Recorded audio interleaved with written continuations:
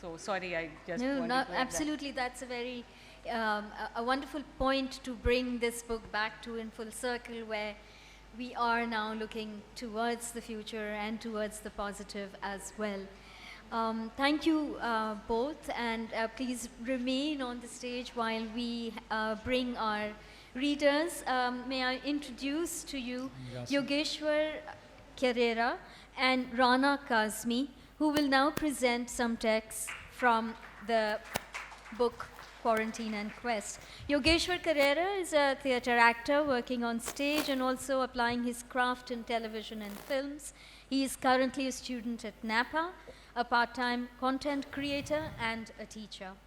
And Rana Kazmi is a theatre arts student at the National Academy of Performing Arts, where she has acted in student-led and commercial productions. She is senior HR professional with more than a decade in the people's development field and continues to pursue both her passions.